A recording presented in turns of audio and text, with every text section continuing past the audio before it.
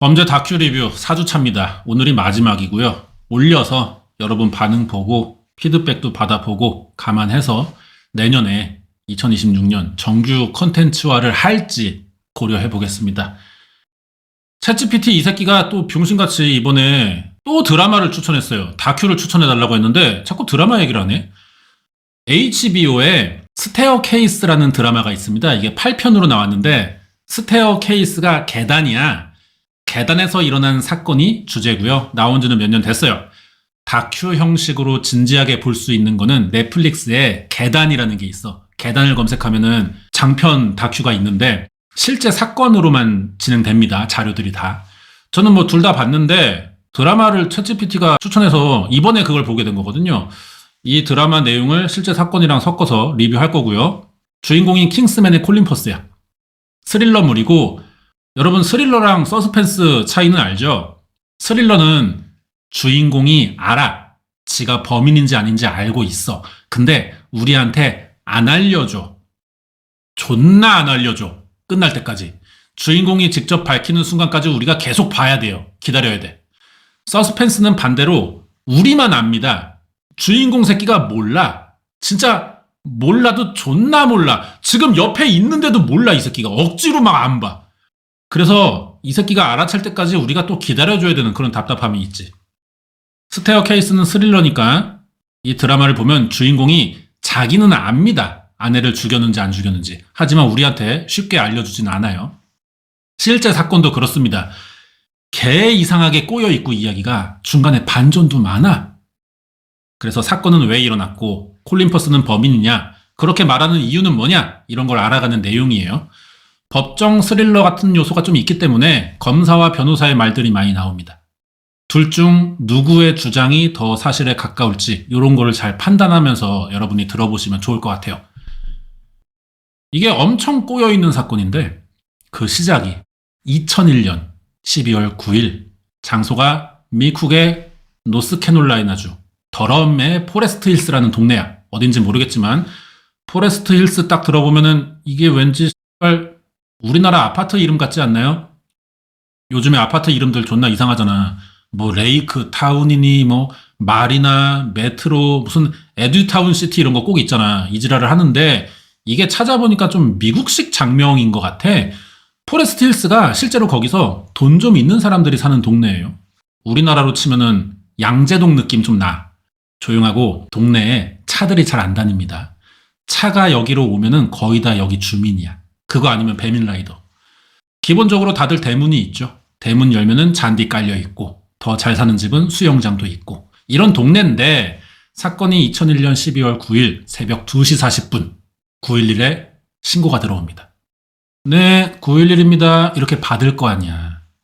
근데 네, 구하려는데 바로 남자가 소리를 질러요. 아내가 숨을 안 쉬고 피를 너무 많이 흘리고 있대.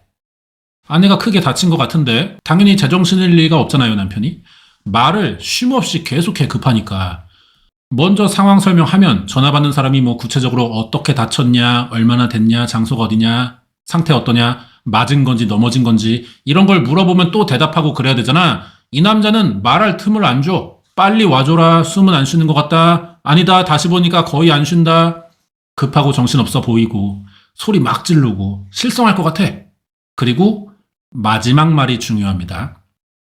계단 밑에 쓰러져 있어요. 이러는 거야. 이 말이 사건의 핵심이에요. 이 한마디 때문에 스테어 케이스라는 드라마가 만들어진 거라고 봐도 무방해. 15년간 논란거리가 된 말이죠. 일단 신고 전화한 사람은 드라마에서는 콜린 퍼스가 역할을 맡았지만 실제 사건의 주인공은 마이클 피터슨이라고요. 직업이 소설가야. 지역 정치에도 좀 관심이 있어서 참여하고 그런데 동네에서 많이 알려진 사람이고 신고 5분 만에 구급대가 도착해요. 구급대원의 말을 들어보면 상황을 이렇게 기억합니다. 집에 들어가니까 집이 커. 멀리서도 보일 정도의 큰 크리스마스 트리가 거실에 있었고 조명이 전체적으로 따뜻한 노란색이다. 얼핏 보면 좀 평온한 느낌이래요. 이 설명이 나오면서 실제 집안을 딱 보여주지. 말이 끝남과 동시에 계단으로 화면이 바뀌어. 극적인 반전. 집안이 다 깨끗해. 잘 사는 집이고 이 계단에서만 난리야. 계단이 좁아요. 한 명만 올라갈 정도의 폭인데 모퉁이부터 돌아서 올라가게 나 있거든. 그 모퉁이 벽 몰딩에 피가 튀어 있어. 그리고 사람은 첫 번째 계단에 한 등부터 목, 뒤통수 요 정도만 걸쳐져서 누운 채 죽어 있어. 사망한 사람이 마이클 피터슨의 아내 캐슬린입니다. 신고 전화할 때 피 많이 흘렸다고 한 게 뒤통수에서 난 거예요. 상태 보니까 호흡이 거의 끊어지기 직전이야. 체온도 떨어졌고 의식이 없어. 이런 확인이 없어도 사실 구급대원은 많이 봤으니까 얼굴 색깔만 보고도 사망 직전이라는 생각이 들었대. 남편인 마이클도 사실은 직감했겠죠. 옷이랑 손에 피 묻은 채로 옆에 주저앉아가지고 막 얼굴 쥐고 울기만 해.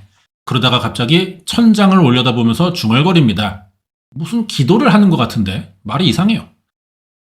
아내 좀 제발 살려달래. 그냥 떨어졌을 뿐이래. 그러면서 아내는 결국 숨이 끊어지고요. 경찰이 도착합니다. 이때까지 마이클에게 사실 이상한 점은 못 느꼈어요. 경찰 와서 사건 인수 받고 폴리스 라인 치고 현장 통제해야죠. 집안의 모든 걸 기록으로 남깁니다. 제일 중요한 건 계단 주변 촬영, 그리고 바닥, 벽, 손잡이, 표면, 흔적 확인하고요. 집 온도, 환기 상태, 조명 상태도 남겨요. 전구의 온도까지도 잰다고. 이것들이 당장 사건과 관련이 있기 때문에 하는 건 아니고 수사하다 보면 어떤 사건이든 방향이라는 게 생기잖아. 그 방향은 사건 내용에 따라 달라질 수 있으니까 하다 보면 어떤 상황에 어떤 증거가 필요한 순간이 와. 끝나고 보면 결국 필요 없는 기록이 될 수도 있는 건데 만약의 상황을 위해 다 기록하는 거죠. 객관적인 증거 수집을 위해 마이클을 다른 방에 넣어두고 분리시켜서 현장 감식을 했어요. 아직 어떻게 죽었는지는 몰라. 경찰은 무슨 생각을 하면서 증거를 모으면 안 되죠. 확증 편향이 생길 수 있으니까. 우리는 이게 지금 살인사건인 걸 알고 보고 종결도 돼 있으니까 그렇지. 그 당시에 경찰들은 모든 가능성이 다 열려있는 상태예요. 오자마자 딱 보고 살인이네, 이게 남편 범인이네, 수갑 채워 해버리면은 남편과 관련 있는 증거만 모으겠지. 결국에 진짜 남편이었어도 그걸 증명하는 과정에서 다른 곳에 이 증거가 있어 보이면 그때 어떻게? 이렇게 수사했다가 뒤늦게 필요한 증거가 생겼는데 이미 사라져서 미제되는 사건 되게 많거든요. 사건 수사는 항상 최대한 범위를 넓혀놓고 좁혀가는 과정인 겁니다. 최후의 범인 한 명이 나올 때까지 좁히는 거야. 이 사건에서 경찰은 초기 수사에 정석을 보여줬어요. 아직 시신도 옮기면 안 돼. 있는 그대로 보고 기록만 다 남겨. 사망 확인했고 구급대원 말 들어봐야죠. 왔더니 거의 죽어가는 중이었고 응급처치했지만 너무 늦었다. 라는 말을 하면서 갑자기 아까가 생각났어. 그러고 보니까 남편 마이클이 바닥에 주저앉아서 손으로 머리 감싸고 계속 막 이렇게 흔들고 울다가 이런 말을 했대. 그냥 계단에서 떨어졌을 뿐이고 와인 마셨고 사고였다는 말을 반복했다는 거야, 혼자서. 오케이. 여기서도 경찰은 무슨 생각을 하면 안 됩니다. 일단 이 말을 기록만 해놔. 그리고 나중에 거기서 생기는 궁금증을 확인해 가야죠. 처음부터 씨발 야 마이클 구라까지 마. 어떻게 계단에서 넘어져갖고 뒤통수가 터져. 똑바로 말 안 해? 그러면 안 돼.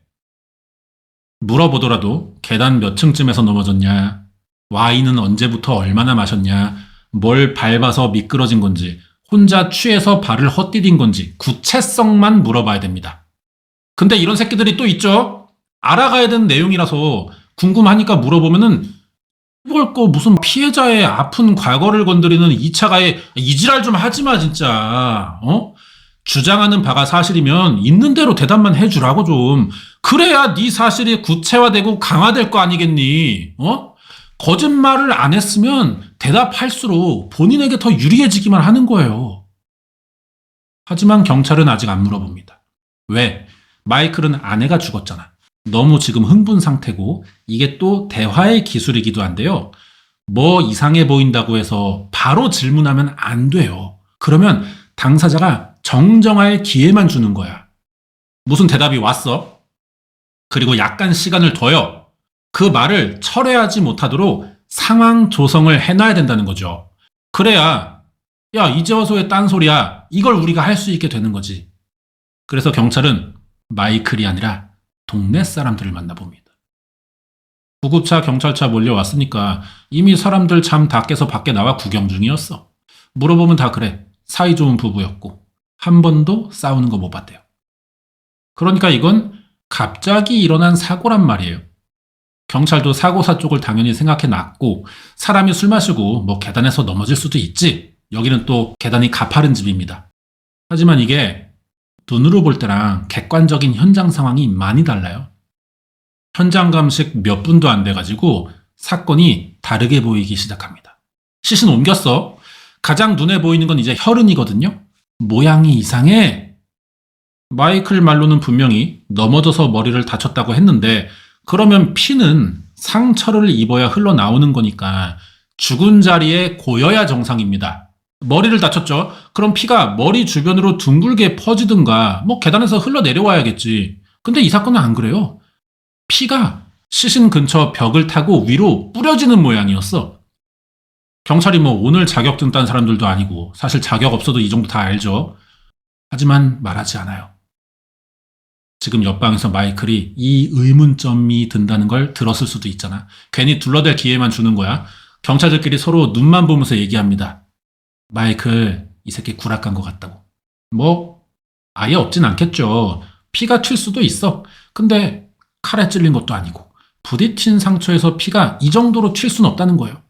마이클은 이제 수상한 새끼가 됐어요. 그러면서 처음으로 마이클과 대화해봅니다. 마이클의 감정 변화가 되게 빨라요. 이 새끼 무슨 조울증 환자인 줄 알았어. 구조대 들어올 때는 정신 놨어. 울고 소리 지르고 막 빨리 살려달라고 난리인데 경찰 오니까 안 울어. 차분하고 말도 조용하게 해요. 경찰 질문에 다 설명 잘 했다고. 처음엔 밖에 있었대. 안에 들어와 보니까 아내가 쓰러져 있다는 거야. 911 신고할 때는 이렇게 말 안 했었거든요. 그러니까 경찰이 바로 물어보지 않고 몇 초 있다가 다시 질문합니다. 911에 설명한 것과 다르네요. 사건은 자기가 집에 있을 때 일어난 건데 없을 때 일어났다고 거짓말한 거잖아 지금. 왜 그랬냐는 질문 한 번에 마이클은 이제 911 신고 내용을 바꿔야 되는 겁니다. 사실은 와인 마시다가 먼저 올라갔다. 조금 있다가 나는 수영장 밖에 마당에 있었다.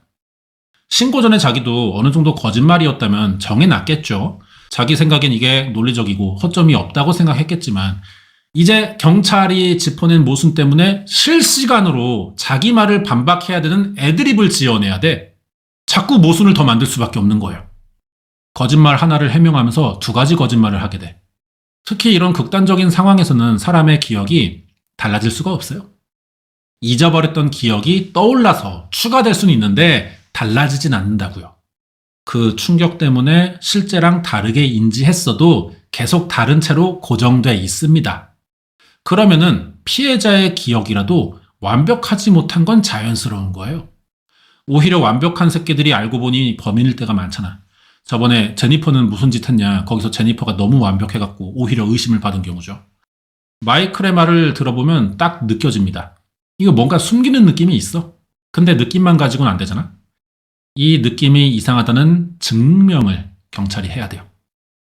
당연히 이상해 보이지만 지금 단계에선 어쩔 수 없습니다.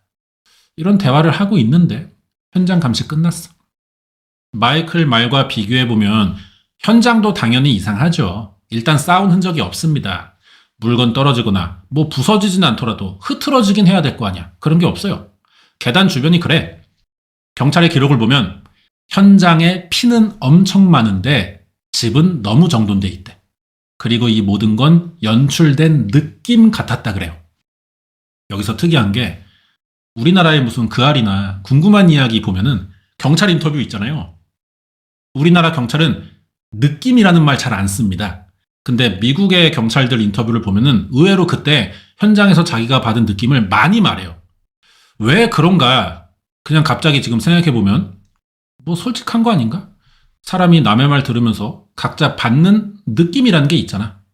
그 순간을 설명할 뿐이고 그렇지만 객관적으로 행동하겠죠. 말만 봤을 때는 우리나라 경찰이 좀 더 객관적으로 전달은 해주는 것 같아요. 아무튼 마이클에게 이상한 느낌을 받았어. 그렇다고 당장 사건을 사고해서 살인으로 보진 않습니다. 초기 수사에선 말과 현장이 달랐다 정도지 아직 어떤 방향을 판단할 단계는 아닌 거죠.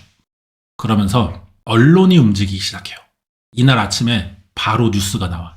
해 뜨자마자 지역 유명 작가의 아내가 집에서 사망했다. 기사 내용도 중립적입니다. 사실만 전달해. 다양한 가능성 열어둔 채 수사 중이고 남편이 현재 참고인 신분으로 조사받고 있다. 다 중립적이에요. 근데 이걸 보는 X벌 새끼들이 중립적이지가 않아. 뭐? 계단에서 넘어져서 피가 그렇게 튄다고? 남편밖에 없었다며. 그럼 뻔한 거 아니야? 뭐 이래. 개인의 느낌 말하는 거 좋은데 문제는 책임질 수준에서 말해야 된다는 겁니다. 그리고 워낙 여러 명이 말을 더하기 시작하니까 이게 점점 살이 붙어요. 애초에 그런 성질의 이야기거리들이 있잖아. 지금 이 사건처럼. 살인이다, 사고다, 난리가 나기 시작했어. 경찰도 초기 수사 끝냈으니까 슬슬 이제 판단해야 될 때가 와요. 방향을.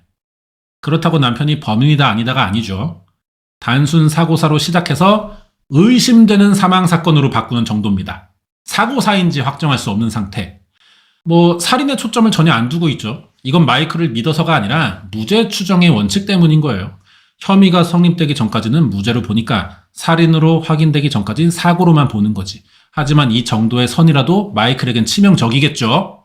사망의 의심이 된다는 건 마이클을 결국 재조사할 수밖에 없다는 이야기거든. 사망 원인 규명에 집중하겠다는 거지만 체포도 아니에요. 범죄 확정도 아닌데 이게 그렇게 보이겠습니까? 사람들 눈에. 다들 이미 마이클을 범인으로 확정한 분위기가 만들어졌다고. 그리고 경찰도 사실은 인간인지라 확증 편향이 들어가 있는 것 같아요. 마이클을 구속하고 조사 내용을 검찰에 넘깁니다. 당연히 검사도 다이렉트로 기소했죠. 검찰이 기소했다는 게 뭐야? 일부러 지는 싸움을 왜 해? 범인이라고 확신하니까 기소하는 겁니다. 혐의가 분명하면 당연히 기소해야죠. 근데 혹시라도 아직 다른 가능성이 남아있는데 기소했을 경우라면 혹시 모를 그 일을 인간은 상상으로 채우게 된단 말이에요. 이 재판에서 검찰의 방향이 그렇습니다. 재판을 보면 사건을 증거를 통해 입증해가는 과정이 아니고 어떤 스토리로 묶어가지고 배심원에게 어떻게 느껴지도록 보여줄지 이걸 신경 쓴 느낌이 되게 많이 들어요. 경찰은 조금 이상하다 수준의 내용이었어. 근데 이게 검찰로 가면은 서사가 만들어지는 거야. 검찰은 사고사가 아니라 당연히 가정 내 살인이라고 주장합니다. 확실히 검찰은 사실보다 이야기를 중요하게 생각한 것 같아요. 그렇게 보일 수밖에 없어. 지금 너무 섣부르게 단정 지었거든. 그리고 배심원은 법률 전문가가 아니죠. 이야기에 흔들릴 수밖에 없는 사람들이란 말이에요. 사람들은 꼭 배심원만이 아니라 혈흔 패턴, 충격 각도, 손상 형태, 의학적 세부 설명 이런 것보다 이 새끼에게 그럴 만한 이유가 있나? 이걸 더 강하게 받아들입니다. 검찰은 기소한 이상 이걸 이기기 위해 최대한 이용해요. 범행 동기, 갈등, 폭발, 결과 순으로 나열하는 거야. 부부 사이에 어떤 문제가 있고 감정이 쌓여서 충돌이 일어났고 그 순간 마이클의 분노가 폭발했고 그래서 살인으로 이어진 거다. 여기에 무슨 객관적인 사실이 있어. 아내는 죽었고 남편의 말은 조금 이상했다 정도란 말이에요. 그냥 좀 그럴듯하게 풀어서 말하는 거야. 이상하잖아. 이 새끼 범인이야. 이 정도 수준의 주장을 하고 있는 거야 지금 검찰이. 배심원을 설득하기 위해서 마이클의 평판을 파괴하는 거죠. 동네 사람들이 증언한 사이좋은 부부의 이미지부터 깨는 전략 같아요. 실제로는 다르다는 건데 그 증거 또한 없습니다. 하지만 사람들은 이 정도의 말만 해도 너무 쉽게 흔들리는 속성을 가지고 있어요. 그리고 이어서 돈 문제를 꺼내죠. 이게 부부 사이에 관계가 나쁜 이유래. 재정 문제가 있었대요. 실제로 미국은 집값이 비싸고 애들 학비에 생활비에 최근에 투자 손실도 있었고 직업적 스트레스까지 들먹이면서 빚에 쫓겨 살던 부부였다는 거야. 여기서 검찰이 실제로 숫자를 제시하진 않아요. 얼마의 빚이 있고 투자 얼마 했다가 얼마 날렸고 말하지 않아. 빚에 쫓긴 압박감만 강조하는 거야. 듣는 사람들이 지금 남편이 아내 죽인 것 같은데 빚의 금액이 중요하겠어? 분위기만 몰아가면 돼요. 그 분위기가 어떨지는 이제 우리가 알아서 살을 붙여. 저 새끼 바람났나? 이런 식으로. 이렇게 소문이 생기는 거죠. 검찰은 사람의 마음을 너무 잘 이용하는 것 같아. 근데 이 정도도 사실 모자라요. 이미 마이클을 다 범인으로 보겠지만 그래도 뭔가 큰 거 한 방이 필요하단 말이야. 검찰이 여기서 준비한 카드는 마이클의 사생활입니다. 마이클이 이중생활을 하고 있었대. 님들 지금 여자 문제 생각했죠? 검찰이 아직 여자 얘기 안 했거든. 우리가 근데 그렇게 생각할 수밖에 없습니다. 인간이 사생활하면 그게 떠올라. 여기에 배심원들은 그렇지 할 수밖에 없단 말이야. 이게 검찰이 노리는 거예요. 실제로 그 얘기가 좀 맞기도 해. 가족 챙기는 남편처럼 행동했지만 실제로 숨겨진 성적 취향, 비밀스러운 관계 뭐 이런 게 드러났거든. 그것도 남자를 만나왔어. 이걸 아내에게 들켰고 돈 문제로 스트레스도 심하니 아내 이름으로 된 생명보험도 있거든요. 그것도 노릴 겸 겸사겸사 사건을 저질렀다는 게 검찰의 판단이에요. 주장하는 바가 그래. 그러면 이 말에 입증 가능한 증거가 있냐? 있어도 여기부턴 설명해봤자 어차피 사람들 안 듣습니다. 마이클이 돈 문제로 결혼 생활에 불만 가지면서 아내랑 사이 나빠졌고 그래서 막 게이 섹스 한다는데 그거 들켜가지고 죽였다는데 이미 사람들은 그것보다 더 많은 상상을 해낸 뒤야. 그래서 부연 설명이 의미가 없어요. 그래도 검찰이 한 말인데? 이러고 만다고. 그럼 마이클은 살인범이야. 그렇다고 제가 지금 뭐 마이클이 무죄인데 검찰이 조작하고 있다는 게 아닙니다. 그 당시의 분위기를 말하는 거예요. 사실이 명확하지 않은 상황에서 근거 없는 말로 우기게 되는데 검찰이 그걸 한다는 거지. 이게 문제라는 겁니다. 너무 배심원을 선동했어. 만약에 이러다가 마이클이 실제 범인인데도 증거 불충분으로 풀려나 버리면 그때 어떡할 거야? 미제 사건은 이렇게 만들어지는 거예요. 범인을 잡았는데도. 이렇게 생각하는 사람도 물론 있죠. 객관적으로 보려고. 검찰도 나름 대비는 했습니다. 이제 막타를 쳐요. 재판장 화면에 피 묻은 현장 사진 그리고 캐슬린의 머리 상처를 띄웠어. 배심원들 보라고. 여기에 검사는 딱 한마디만 해. 이 상처는 넘어져서 생긴 게 아닙니다. 세상에. 뭐 반복하지만 객관적이지 못한 성격의 대중을 선동하는 건 이 정도로도 충분해요. 하지만 포지션이 검찰인데 최소한의 역할은 또 해야겠지. 나름 근거 있는 설명도 조금은 해. 4가지 근거를 준비했습니다. 실제로 캐슬린 뒤통수에는 상처가 여러 개 있었어요. 여기에 검찰은 반복적인 충격이라고 표현하거든요. 계단 낙상 사고는 계단의 일정한 높이와 폭 때문에 한번 넘어지면 미끄러지듯이 내려오면서 일정한 간격과 형태의 상처가 생긴대요. 근데 캐슬린의 머리에는 모양과 깊이가 다른 상처가 여러 개 있다는 거죠. 그럼 넘어진 게 아니라는 거지. 두 번째는 상처의 모양. 상처 모양이 각진 형태를 띠고 있어요. 그럼 부딪힌 면이 각진 물체였을 가능성이 있고 캐슬린은 여기에 여러 번 맞았다는 건데 정작 흉기가 뭔진 특정하지도 못했어 검찰이. 살인사건 해결의 필수 요소가요. 시신, 동기, 흉기입니다. 죽은 사람이 지금 있냐? 죽일 이유가 있었냐? 그리고 어떻게 죽였냐야. 여기서 지금 흉기, 어떻게 죽였냐를 밝혀내지 못하는 거지. 죽인 방법을 모르면서 죽였다고 주장하는 거는 신뢰도가 좀 떨어져요. 예를 들어서 내가 밥 많이 먹어서 나 지금 배불러 배빵빵임 하면 사람들이 물어볼 수 있어. 뭐 먹었는데? 근데 내가 대답을 못해. 그리고 보면은 배도 안 불러 보여. 사람들이 진짜 뭘 먹긴 했는지 믿어줄까요? 이런 거야 뭐 사소하니까 넘어가겠지. 오히려 밥 먹었냐? 증거 대라. 니마 팩트 제시험. 이러면 찐따야. 맞는데 이건 사람이 죽었고 그 책임이 마이클에게 있냐 없냐를 가리는 거잖아요. 근데 이딴 식의 재판을 하고 있는 거지. 검찰은 집요하게 배심원을 흔들어 제끼는데 세 번째 근거가 혈흔 패턴입니다. 현장 사진을 띄우고 방향을 보래. 아까 했던 얘기죠. 혈흔이 벽을 따라 위로 튀듯이 뻗어 올라갔어요. 이건 사람이 떨어져서 나오는 형태가 아니라 어떤 움직임이 있었고 몸에 충격이 반복됐기 때문에 피가 튀었다는 겁니다. 네 번째는 몸 전체에 난 상처인데 이 충격이 머리에만 집중된 게 아니에요. 팔, 손, 어깨 등에 다 나 있고 멍은 방어 흔적이라고 볼 수 있으니까 정리하면은 계단에서 넘어져 생기는 흔적이 아니라는 거죠. 폭행으로 죽었다고 보는 거야. 그럼 이런 일이 일어날 수 있는 이유는 그날 같이 있던 남편이 범인일 수밖에 없다는 건데, 그 전에 이미 넘어갔지만 검찰의 이 그럴듯한 마지막 4가지 주장으로 더 들어볼 것도 없다는 표정을 하고 있었어. 근데 이대로 재판이 끝나면 또 안 돼요. 피고인인 마이클 변호사의 차례가 남아있잖아. 그쪽 말도 들어봐야지. 검찰이 선빵을 카운터 펀치급으로 친 거고 배심원도 거의 확정하고 있는데 이런 상황에서 확신을 깨야 된단 말이에요? 되게 어려운 일이야. 배심원은 검찰이 불친절하게 던져준 이야기 몇 개로 그 사이사이를 상상하고 있어요.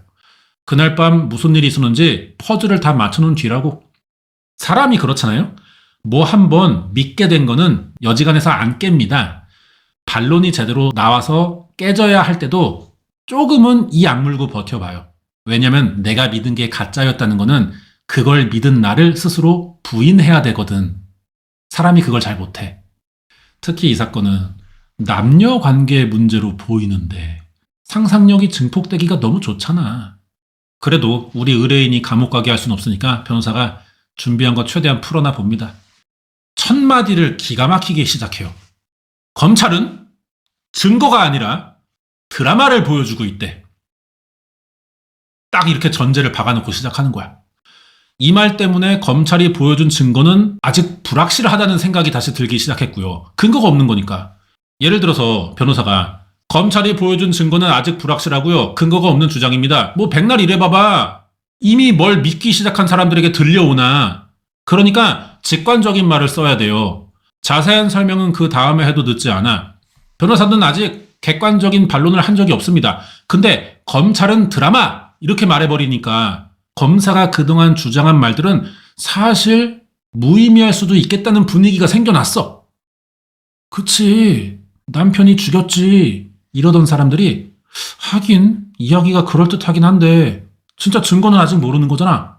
이 생각이 생기는 거야. 변호사가 똑똑했다고도 볼 수 있는 건데 실제로는 형사재판 원칙을 지키는 말인 겁니다, 사실. 변호사는 마이클이 무죄라는 게 아니라 확신할 수 없다는 앞단계의 입장을 먼저 내세운 거죠. 그럼 굳이 마이클의 알리바이를 변호사가 증명할 필요가 없어요. 왜 물리적으로 범행이 불가능한지 이런 거 막 찾아내서 설명하고 할 필요가 없어. 입증하고 싶으면은 주장하는 검사님이 하세요. 이 포지션이야. 그럼 변호하는 입장에서 할 말도 범위가 넓어지지 않고요. 한 방향으로 되게 일정해지는 거죠. 검사가 여러 방면으로 공격했는데 변호사는 굉장히 단조로운 패턴 하나로 다 방어할 수 있는 거야. 증명 더해라. 주장의 일관성도 생기고. 이제부터 할 말은 뻔해지지만 검찰 입장에서는 너무 곤란해요. 검찰의 해석은 하나의 가능성일 뿐이고 확정이 아니다. 사고일 가능성도 충분히 존재한다. 과학은 결론이 아니라 해석의 싸움이다. 이제 디테일해지기 시작했어. 검찰은 배심원에게 사건을 감정적으로 보도록 유도한 겁니다. 이걸 과학과 데이터로 판단하도록 변호사가 생각을 돌려놓은 거예요. 이제 과학과 데이터의 증명을 요구받은 검찰은 드라마 그만 써야 돼. 부담감을 가질 수밖에 없죠. 혈흔 형태를 물고 늘어져 봤는데 그게 수상한 건 사실이니까 이 변호사의 반론 프레임이 너무 강해. 검찰이 하는 말은 믿고 듣던 상황이었는데 이제는 하나하나 다 근거를 요구받게 됐어요. 같은 혈흔이라도 그 혈흔이 만들어진 이유는 정황으로 추측하는 단계고 그 정황은 어쩔 수 없는 해석의 차이가 발생한다. 따라서 혈흔 모양으로는 객관적인 추론이 어렵다는 거죠. 그러면서 혈흔 패턴 전문가를 변호사가 증인으로 앉힙니다. 평생 범죄 현장의 혈흔을 연구해온 사람이 재판에서 이런 말을 해요. 위로 피가 튀었다는 사실만 가지고 폭행으로 단정 지을 수가 없대. 사람이 계단에서 넘어지면 반사적인 움직임이 생기는데 균형을 맞추려고 이때 팔과 다리가 막 버둥거리듯이 휘둘려지게 될 수밖에 없고 그러다 보면 벽에 손이 닿을 수도 있고 그러면서 머리도 부딪힐 수 있다는 거죠. 이때 피가 이미 묻어있는 손을 휘두르다 보니 흩뿌려질 수도 있는 거야. 이 가능성을 남겨둬야 한대. 정리하면 뿌려진 혈흔은 낙상 사고에서도 이제 가능성이 생긴다는 거예요. 이 말에 배심원들이 또 설득됐어. 그것도 맞지? 이러고 있는 거야. 귀 존나 팔랑거려. 변호사가 누구였는지 참 잘 압니다. 말로만으로도 검찰의 주장을 충분히 불확실하게 만들었는데 이제는 직접 실험도 보여줘요. 현장과 같은 계단 모양을 만들어서 해외는 그런 경우 있습니다. 이 다툼의 여지가 생기면은 판사, 검사, 변호사가 같이 현장에 가는 경우도 있고요. 아예 그알 방송처럼 세트를 만들어가지고 같이 참관도 해, 판사가. 그거 하는 거죠. 변호사의 실험이 어땠냐면은 똑같이 만들어 놓고 술 취한 사람이 균형 잃고 넘어졌을 때 몸이 어떻게 움직이는지를 재현하는 거예요. 해보니까 한 번에 쓰러져서 미끄러지듯이 내려가질 않아. 몸이 회전하면서 구르더라고. 그럼 머리와 팔이 계단에 여러 번 부딪힐 수밖에 없고요. 그리고 계단 폭도 좁다 보니까 손이 벽에 여러 번 부딪혀. 이 정도 혈흔은 사고에서도 충분히 생긴다는 결론이 나옵니다. 의사의 증언과 실험 내용이 일치하잖아. 검찰이 이제 할 말이 없어요.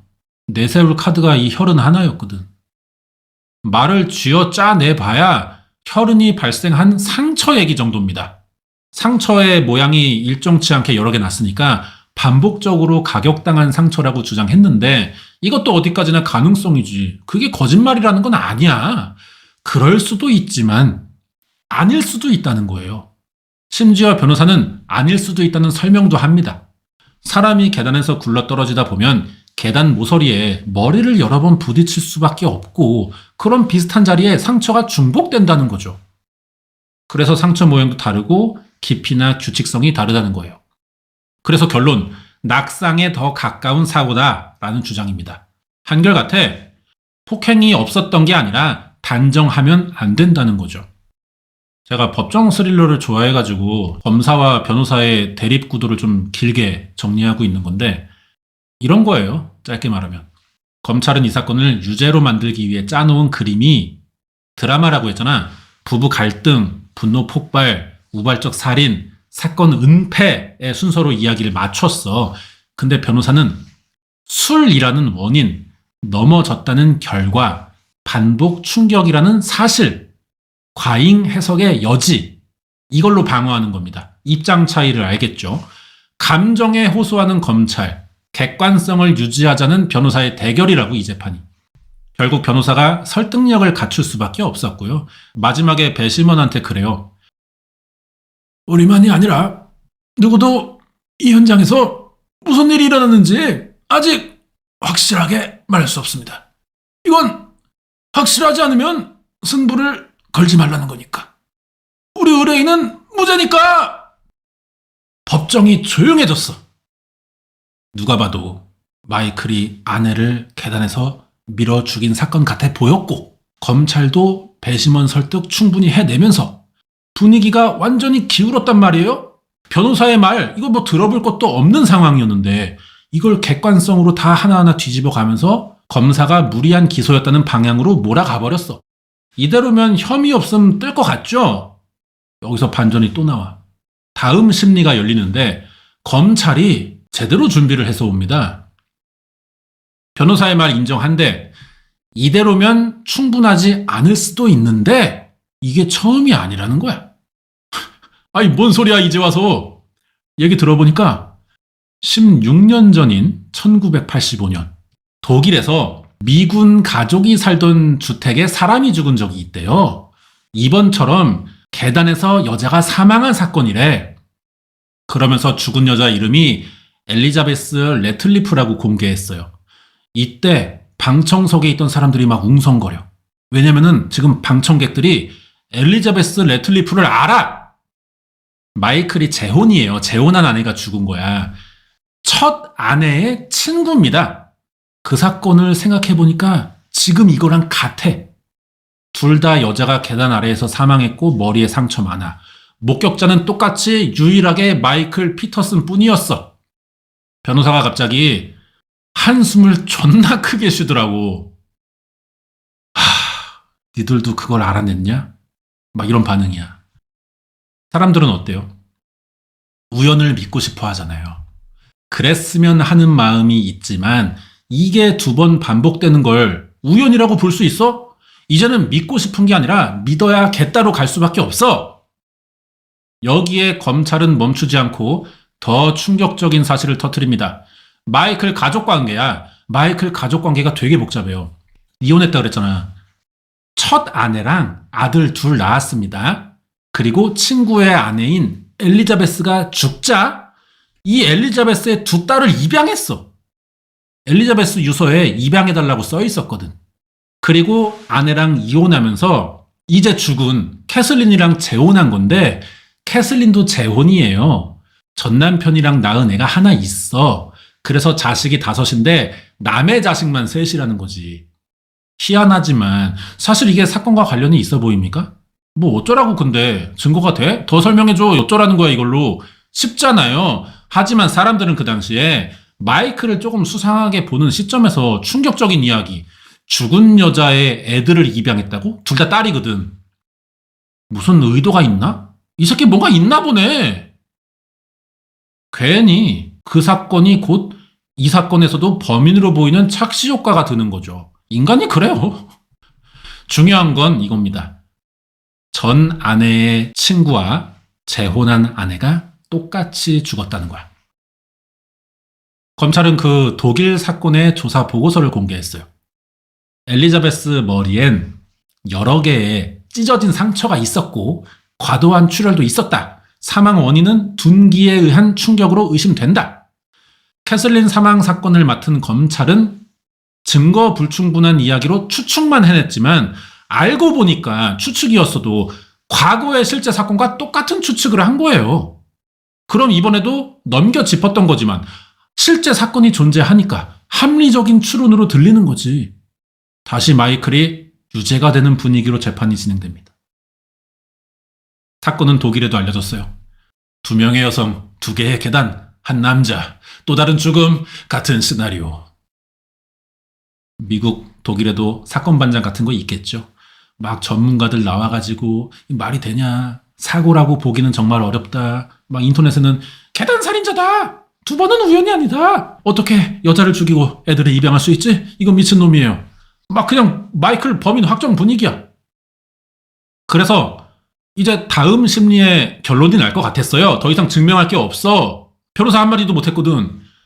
이때 갑자기 새로운 인물이 등장합니다. 어떤 변호사가 느닷없이 난입해가지고 부엉이 이론이라는 걸 꺼내요. 이게 뭐야? 부엉이 이론 찾아보니까 이게 범죄 용어가 아니야. 심리학에도 없고 아예 새로운 말이야. 근데 이 사건에서 부엉이 이론이라는 걸 들먹여. 아니 뭔 갑자기 부엉이냐고. 뭔 상관인데. 이 말을 처음 꺼낸 사람은요. 마이클이랑 같은 동네 사는 변호사예요. 아는 사이는 아닌데 같은 동네니까 지역신문으로 이 사건을 봤어. 기사를 읽다가 뭐 사진도 공개되고 궁금해서 이 초기 사건 보고서를 읽었거든요. 보다 보니까 자기 생각에 뭔가 이상한 거야. 그래서 나도 한마디 해야겠다. 이렇게 나온 거지. 자기가 볼 땐 그렇대. 캐슬린 머리에 찢어진 상처 형태나 패턴은 논란의 여지가 생길 수밖에 없다는 거야. 무슨 샹크스병 걸려가지고 이 재판을 끝내러 왔다 이렇게 나타난 거지. 왜 그렇게 생각하냐? 수사 내용 보고서를 보여줘요. 자기가 조사한 게 아니야. 경찰 보고서야. 보고서 봐라. 캐슬린 머리카락에 지금 작게 붙어있는 이거 미세한 섬유질, 이 얘기를 꺼내요. 그동안 이 얘기는 재판에 안 나왔어. 아무도 이 머리카락의 섬유질이 이게 성분이 뭔지 이걸 못 찾았나 봐. 이 변호사는 자기가 그 이유를 안대. 이거는 둔기로 맞은 게 아니라 날카로운 발톱 같은 것에 긁힌 상처래요. 근거가 뭐냐? 이 동네는 겨울마다 자주 나타나는 동물이 있습니다. 그게 부엉이야. 처음에 사람들은 이 변호사를 아니 뭔 광인 보듯이 했어요. 아니 이 심각한 사태에서 너 고작 한다는 말이 샹크스병 걸려가지고 뭐? 부엉이? 너 좀 말이 되니? 너 변호사면 다니? 무슨 스탠딩 코미디하러 왔니? 집에 가! 막 사람들이 그런 눈초리를 봤다고. 근데 과학적인 설명을 근거로 드는 거야. 일단 부엉이는 맹금류입니다. 맹금류는 육식하는 조류라는 거예요. 독수리 매처럼. 야생 조류 중에서도 발톱이 가장 길고요. 날카롭고 강력한 포식자라는 거지.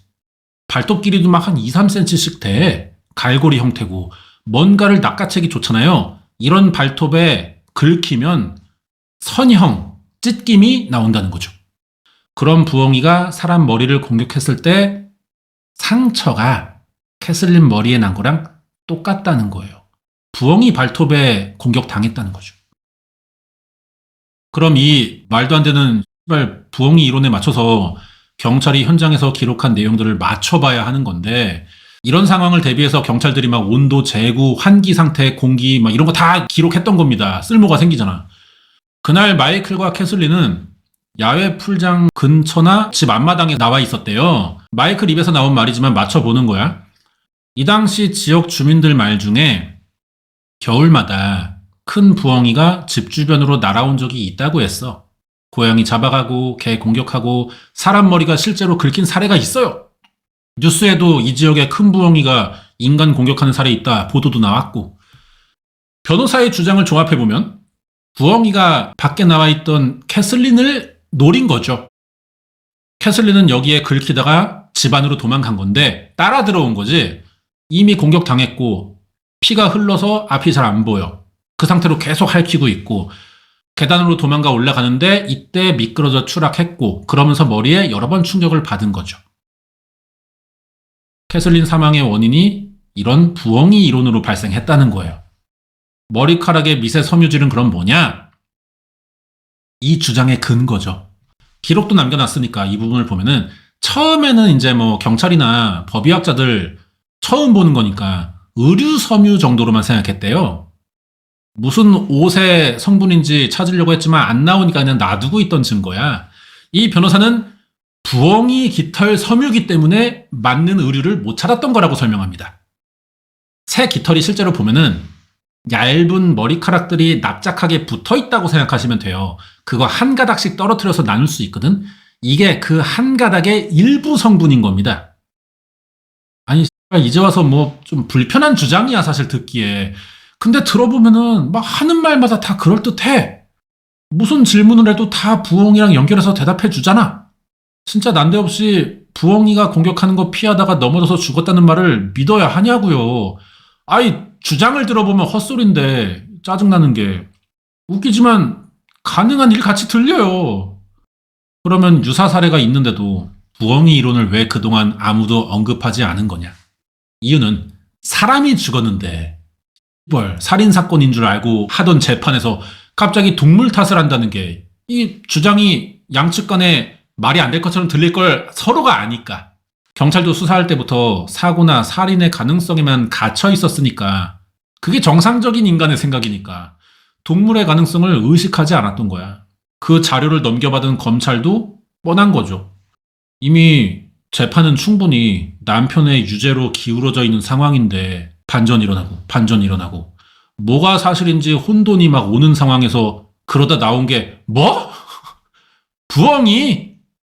말 우리가 몇 달간 이거 재판하면서 이 지랄 떨었는데 결론을 부엉이로 내려야 한다고? 우리가 부엉이 새끼 잡자고 이 고생하고 말싸움 했냐는 거야. 현타가 와요 안 와요? 그런 생각까지 드니까 막 배심원단 입장이 어때요? 왔다 갔다 너무 많이 했잖아. 그러다가 이제는 부엉이라니. 하도 이 새로운 정보의 누적에 시달려가지고 인간이 그렇게 되면은 그 다음부터는 정보의 확실성을 원하지 않습니다. 이거 뭐가 어떻게 됐든 나 지긋지긋하니까 빨리 벗어나고 싶어. 해방감을 원한다고. 어떻게든 끝내줬으면 해 누군가가. 하지만 배심원으로 뽑혀서 앉아있는데 집에 가고 싶다고 갈 수 있냐? 무슨 결정해야 돼요. 개 복잡하지만 누구 말이 더 그럴듯한가에 집중해야 된단 말이야. 판사가 이제 배심원들을 불러. 충분히 재판했고 이제 가서 논의하고 오시래. 배심원들이 일어나서 회의실로 나가거든요. 비밀회의 해야 된단 말이야. 나가는데 표정들이 다 질렸어. 방청석의 사람들도 지쳐가지고 일이 이 지경까지 왔고 여기서 뭐 억울한 사람의 가족도 있을 것이고 너무 열받는 사람도 있고 기자들도 와 있고 근데 아무도 선뜻 판단이 안 들어 이제는. 이게 마지막 재판이에요. 선고만 남았거든. 이제 끝이야. 돌아가야 돼. 와 사람들이 다들 못 일어나. 마이클은 막 기도하고 있고 캐슬린 마이클 가족들 다 왔어요. 이 중에 입양하고 친자식들 다 앉아있고 이런 와중에 마이클의 살인 혐의를 결정하는 굉장히 살벌한 자리잖아. 근데 오늘 안 끝나? 오늘은 끝나는 줄 알았는데 사람이 사람을 판단한다는 게 이렇게 힘든 일인가? 우리는 뭐 살면서 재판할 일이 거의 없습니다. 살다 한두 번 있어도 이렇게까지는 안 해요. 이거는 지구에서 진짜 몇 명 경험 못하는 굉장히 특별한 일이야. 그냥 로또 맞는 확률이라고 보면 됩니다. 맨날 법원에서 하는 재판들은 여기에 비교할 것들이 사실 아니거든요. 쉽게 끝나요, 생각보다. 각자 그 정도의 재판을 하는 사람들이라도 피를 말리거든요. 근데 이거 마이클이나 관련된 사람들은 어떻겠냐? 몇 번을 왔다 갔다 하는데. 진짜 개지랄 같아. 여러분은 살면서 절대로 부탁드립니다. 재판 받을 일을 겪지 마시고요. 재판해야 될 일도 당하지 마세요, 이거. 진짜 무조건 안 하는 게 좋은 거야. 시간 낭비, 돈 낭비, 정신 낭비가 양측 간에 너무 심합니다. 피 말려요. 이런 생각하는데 문 닫혔고 배심원 회의 시작했어. 우리는 가야 돼. 다음 날짜에 맞춰서 또 와야 돼. 재판 내용 봐서 알겠지만 이게 뭐 바로 결론이 나오겠습니까? 배심원이 4일간 14시간의 회의를 했대요. 이 사람들도 뭐 각자 일정이 있으니까 맨날 할 수 없겠죠. 하루에 3, 4시간씩 한 건데 이게 살인사건이라도 이 정도의 회의는 되게 긴 편입니다. 찾아보니까 배심원 회의가 뭐 사건의 복잡성에 따라 오래 걸리는 건 아닌가 봐. 그 복잡했다는 오제이 심슨 사건도 회의 3시간 반 만에 끝났거든요. 근데 또 마이클 잭슨의 아동 성추행 같은 사건은 7일간 32시간 했어요. 확실히 배심원에게 어떤 인식을 주느냐가 진짜 중요한 것 같아. 결정 나왔고요. 이제 마이클의 혐의가 인정인지 노인정인지 발표하는 마지막 재판입니다. 사람들 미리 다 와서 앉아 있었고 기자들 막 웅성웅성 괜히 수천막 넘기면서 빨리 빈칸 찾아야 돼. 많이 쓸 수도 있으니까. 볼펜 잉크 확인하고 카메라 필름 챙겼나 보고 누구는 뛰쳐나갈 준비하고 있어. 방송국에 알려야 되니까. 빨리 나가야지. 이거 속보 경쟁이잖아. 난리야. 이제 판사 들어옵니다. 다 일어나죠? 인사하고 배심원들도 와 있고. 앉자마자 판사가 물어봐요. 배심원에게. 결정 내렸냐? 그렇대. 어떻게 나왔냐니까 만장일치래요. 이게 만장일치 나온 과정도 회의록 보면은 진짜 지랄입니다. 4일간 걸린 이유가 과반수를 내지 못해서였던 건데 12명이에요. 왜 홀수를 안 하나 모르겠는데 하루는 무죄 3명, 유죄 4명, 보류 5명 나왔어. 다음 날엔 또 6대 6이야. 계속 이러다가 선고 당일 아침에 재판 직전에 반대한 사람들이 마음을 돌렸대. 그래서 만장일치 나온 거야. 그래서 어느 쪽에 만장일치냐? 1급 살인의 마이클 피터슨 유죄입니다. 재판장이 막 난리가 나요. 캐슬린 가족은 울고 끌어안고 난리지. 기자들 뛰쳐나가면서 야 유죄래! 유죄래! 빨리! 방송국에 알려! 전화하고 막 난리야. 차 시동 걸고. 제일 조용한 건 마이클이죠. 아무 말도 안 하고 가만히만 있었습니다. 뭐 거의 확정적이었어요. 근데 이건 어디까지나 배심원 의견이죠. 판사가 마지막 결정해야 끝날 거 아니야. 망치 두들겨야지. 절차상 이걸 빼면은 재판이 끝난 게 아니잖아. 하지만 들어볼 건 사실 없어요. 가석방 없는 종신형 선고합니다. 자식들의 입장도 다 다르겠죠? 엘리자베스나 캐슬린의 딸들은 원한 푼 건데 마이클의 아들 둘은 살인범 자식 됐잖아. 그리고 이 사건에서 가장 곤란한 사람 누구야? 그 샹크스병 부엉이 변호사. 이 새끼는 그냥 잠수 탔어요. 아무도 언급 안 하고 찾는 사람도 없었습니다. 아무도 말 안 꺼내. 한마디도 안 나왔어. 그냥 잊혀져 버렸어. 사건이 이렇게 끝났고 마이클 피터슨은 교도소 들어가죠. 끝났다고. 이제 다 잊고 살아. 종결된 사건이니까. 그렇게 8년이 지나는데 우연히 이 사건을 뒤집을지도 모르는 조짐이 일어나요. 2010년인데 마이클 피터슨이 재판받은 더럼이라는 법원이야. 지역이 더럼이니까.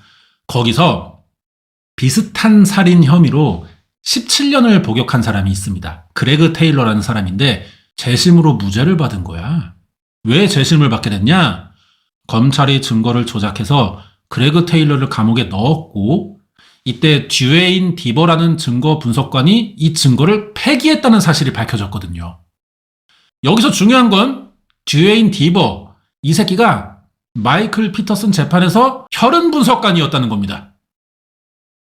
아니, 정말 뒤집어 까보니까 전에는 거론도 안 된 수사 기록들이 많더라고. 재판에서 안 나온 이야기들이 있어요. 조사 내용이. 이게 다 듀웨인 디버의 손을 거친 내용들입니다. 불리한 결과를 삭제하고 증거를 훼손시킨 혐의가 입증됐어요. 이 자료는 재판에서 마이클 피터슨에게 불리한 결과가 나오도록 배심원 판결에 영향을 많이 줬습니다. 미국은 우리나라처럼 판사의 영향력이 크지 않아요. 배심원이 주요 결정자고 판사는 선고만 내리는 거야. 거의 따라서. 검사나 변호사 사이에서 균형만 맞추는 MC야, MC. 근데 배심원에게 조작된 증거로 영향을 줘버렸으니 당연히 무효지. 듀웨인 띠버는 증거 조작 혐의로 기소됐고요. 이걸 근거로 2011년에 마이클 피터슨의 재심이 결정됩니다. 아니, 그건 좋은데 이미 사건 끝난 지 8년이나 지나가지고 어떻게 마이클이 다시 무죄의 증거를 찾을 수 있겠어요? 이게 미국의 사법제도 허점을 이야기할 때 항상 나오는 사건이거든요. 이미지상 가장 합리적이고 이상적인 사법제도가 발달했다고 평가받는 나라에서 이따위 말도 안 되는 일이 벌어진 걸 납득할 수가 있냐. 마이클도 이미 8년 감옥살이 했고 유죄 나와서 인생 날아갔잖아. 지역에서 유명한 사람이기도 했는데 이게 무죄 받아서 나온다고 복귀가 되겠어요? 어떻게 이거 뒷수습해야 될지 사람들 머리가 복잡한 거야. 자, 그럼 알겠어. 니들이 잘못한 거니까. 마이클 입장이 중요한데 자기는 아내를 죽이지 않았대. 재판 준비하겠다는 거죠. 변호인단 다시 꾸려졌고요. 15년 사건을 또 뒤집어 엎습니다. 근데 안 돼요. 재판은 하는데 검사도 그렇고 변호사도 예전에 그 사람 아니야. 이제 와서 서로가 더 추가할 자료가 없어. 아무리 봐도. 서로 자료가 없는 상황이면 무죄 추정의 원칙이 있으니까 변호 측에 유리할 거 아니에요. 하지만 이 사람은 유죄를 받고 이미 빵살이를 했잖아. 재심으로 이걸 바꾸지 못한다고. 결정난 상황이니까. 굉장히 곤란하지? 그래서 법원이 엘포드 플리라는 제도를 이용합니다. 이게 엘포드라는 사람 사건에서 유래된 건데 살인으로 유죄받고 감옥 갔어요, 걔가. 그리고 나서 이게 재판이 잘못됐다는 걸 알게 된 거야.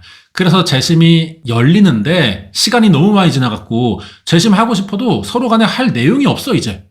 이때 법원은 제안해. 너 죄를 인정만 해라. 그럼 너 혐의 낮춰줄게. 그 제안을 하거든요. 서로 간에 양보할 수 없지만 그걸 서로 증명도 못하고 버티기만 하면은 시간 낭비, 인력 낭비잖아. 그러니까 적당한 선에서 타협하자는 거죠. 이 사람의 이름에서 유래된 겁니다. 엘포드 플리. 어디 가서 잘난 척 하시라고 알려드렸습니다. 마이클이 이 상황이었어요. 재심은 원하는데 무죄를 받을 만큼의 뭔가는 나에게 없어. 그래서 마이클이 이거 받아들여요. 8년형 인정하는 대가로 그날 석방됩니다. 이렇게 15년 만에 재판이 유죄인데도 가석방으로 마무리된 거예요. 마이클 피터슨의 재판을 담당한 사람이 올랜드 허드슨 판사라고 합니다. 스테어 케이스에도 이제 등장하는데 이 인물이 많이 나오는 이유가 있어요. 여러분은 이거 지금 사건 보면서 누구의 입장으로 봤어요? 배심원의 입장으로 듣게 됐을 것 같아요. 내가 그렇게 유도했으니까 그렇게 들려야지.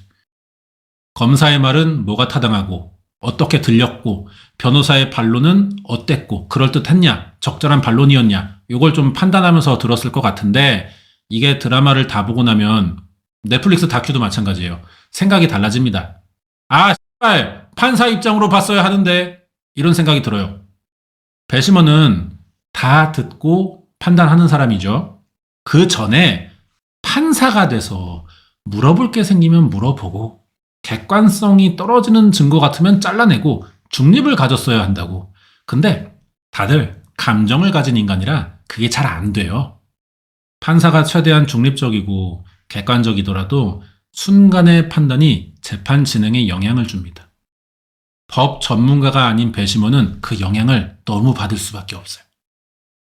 재판 초반에 배심원 감정을 흔드는 검사의 전략들을 사실 판사가 자기도 모르게 용납해주고 있던 거야.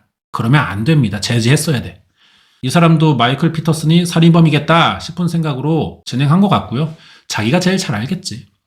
나중에 올랜도 판사는 꼭 이 사건을 짚은 건 아닌데 자기가 맡았던 재판에서 몇 번의 중요한 허점이 있었다는 말을 합니다. 그러면서 이래요 또.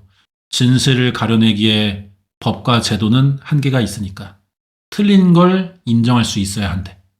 틀린 걸 인정하는 건 부끄러운 일이 아니래요. 존나 뭐 정신승리하는 말 같은데 어쨌든 이 사건이 주는 메시지가 그겁니다. 내가 틀릴 수도 있다는 믿음. 우리가 이걸 항상 가지고 살아야 되는 것 같아요. 그게 스테어 케이스 드라마가 만들어진 이유 같아요. 내가 틀릴 수도 있다는 걸 항상 인지하고 있어야 됩니다. 그리고 틀렸을 때 인정도 금방 할 수 있어야 돼요. 틀린 걸 인정하기가 쉽지 않아요, 사람이. 그동안 나를 틀린 걸로 우기던 새끼처럼 볼 거 아니야. 그래서 애초에 틀렸을까봐 쉽게 인정도 못하고 우유부단해지는 경우들도 있거든요. 아니야, 그렇지가 않아. 틀려도 막상 인정하면 그건 그것대로 또 좋아해요. 그것도 맞지. 이러면 된단 말이야. 어려운 게 아니야. 너무 늦지 않게만 인정하면 될 것 같아요.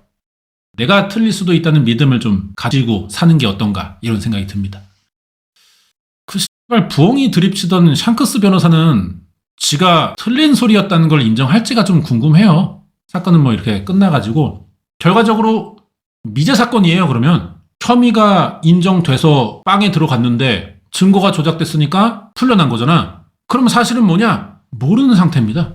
이제 와서 알 수가 없어요.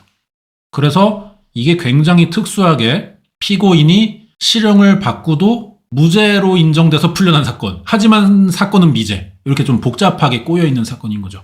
그래서 이게 사건 내용이 듣기에 좀 추리하는 것처럼 재밌고 드라마도 그렇고 넷플릭스에서 계단도 그렇고 보는 맛이 있습니다. HBO에서 스테어 케이스는 8부작이에요. 드라마고 넷플릭스에서 계단은 13부작인가 좀 더 길어. 근데 실제 사건 자료들로만 풀어가는 진지한 다큐기 때문에 좀 추리물 보듯이 보는 재미도 있고 저는 개인적으로 굉장히 재밌게 봤습니다. HBO에서 스테어 케이스 보고 리뷰했고요. 신지우 토마토 신선도 8.7 정도 매기면서 다큐 리뷰는 마무리하겠습니다.